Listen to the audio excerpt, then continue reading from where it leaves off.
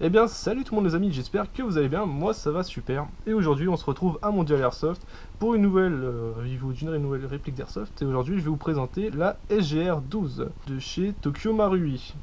Nous aurons une petite boîte avec un très beau packaging, une très belle image de la réplique en elle-même, avec différentes informations sur la boîte.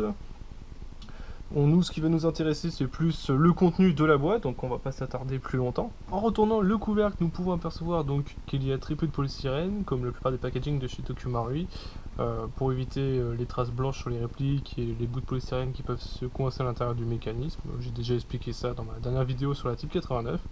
Nous aurons une petite chargette, que personnellement je n'aime pas.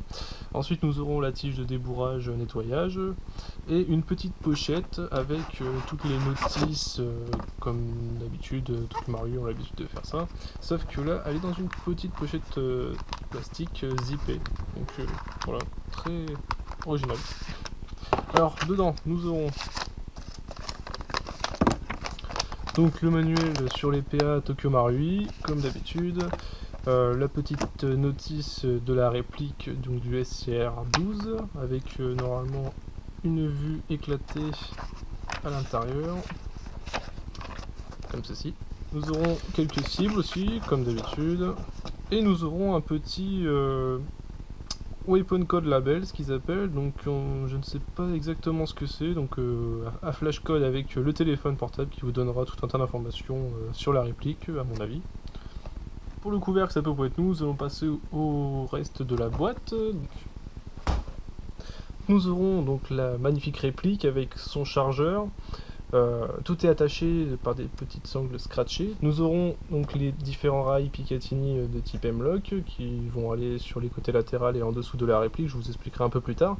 Donc il y en a un petit, un moyen et un grand. Là nous avons une petite boîte avec dedans donc le bouchon de sécurité en plastique rouge avec des petites billes et différentes clés Allen et le petit embout noir, si je me dis pas, c'est pour régler les organes de visée, le guidon, si je dis pas de bêtises, et pour régler le hop-up.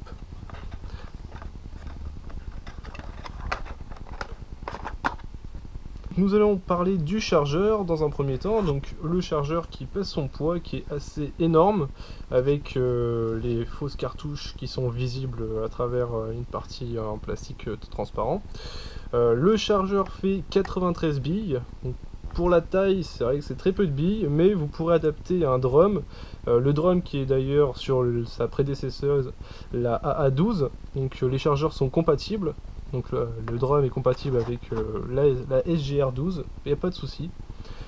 Dans un premier temps, nous allons parler des marquages de la réplique. Donc sur la réplique, nous aurons marqué donc SGR12, Full Auto 12 jauge or avec le numéro de série. Tout au-dessus, pareil.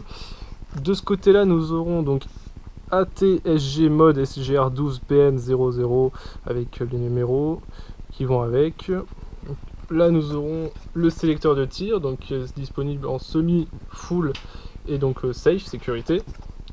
De l'autre côté, donc au verso, nous aurons un marquage ici qui est marqué Tokyo Marui Made in Japan ASGK, comme sur la Type 89, c'est exactement le même marquage. Donc ça c'est plus une moulure qu'un marquage. Ensuite nous aurons un marquage sur la partie avant des organes de visée, donc marqué TM, donc Tokyo Marui Japan.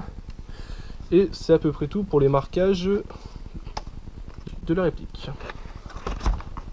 Au niveau des caractéristiques de la réplique, la SGR12 fait partie des AES, donc des automatiques électriques shotgun. C'est la deuxième que fait Tokyo Marui, si je dis pas de bêtises. Comme l'habitude de Tokyo Marui, elle sort à 260 fps d'origine. Au niveau des caractéristiques taille-poids, elle est très lourde, elle fait 4,4 kg, donc c'est vrai que c'est assez énorme pour une petite bête comme ça. C'est vraiment assez sympathique à prendre en main et à jouer, je pense, encore plus.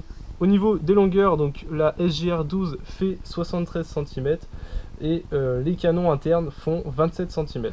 Au niveau donc du hop-up, vu qu'il y a 3 hop-up, je vais vous montrer où se situent ces hop-up et comment on va dire les régler. C'est très simple, vous avez donc le petit levier d'armement ici, vous l'ouvrez, vous tirez, sur le côté va s'ouvrir la petite trappe au verso avec les 3 molettes, donc à l'aide du petit outil noir qu'il y a dans la boîte, vous pourrez les régler.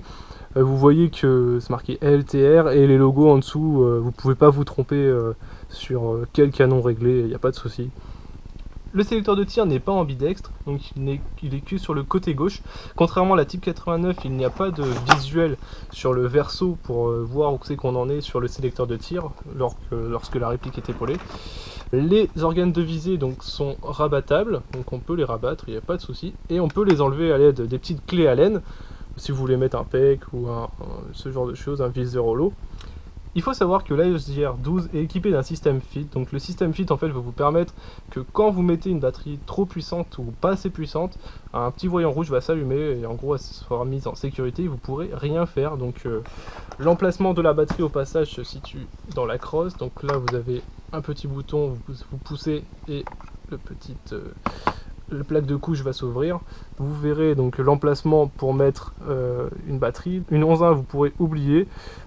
Seules les batteries type mini 7.4 rentreront. Avec le petit système FIT que vous voyez, vous pouvez apercevoir ici, juste au bout de mon doigt. Donc ça c'est une des particularités de la SJR-12.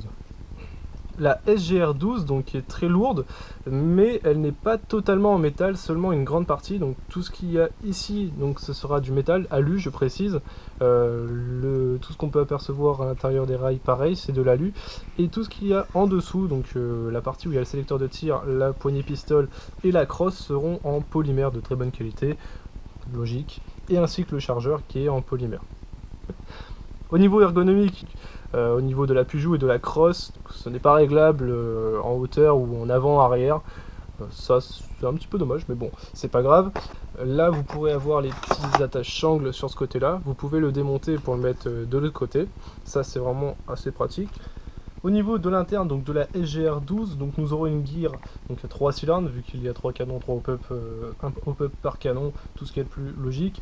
Un axe moteur court avec un châssis interne en métal, donc totalement métal alu, je précise. Un guide nozzle traité en Kashima Code, donc auto-lubrifiant. Et le petit système FIT qui permet donc à la batterie, si la batterie est trop puissante ou pas assez, la réplique la détecte et elle se met en sécurité automatiquement.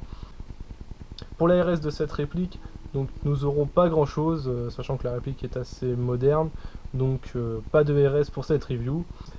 Cette review se termine, donc c'est vraiment une très belle bête, très lourd, elle pèse son poids, assez compacte, très bonne précision, très bonne portée, bon c'est du Tokuma Rui, on a l'habitude.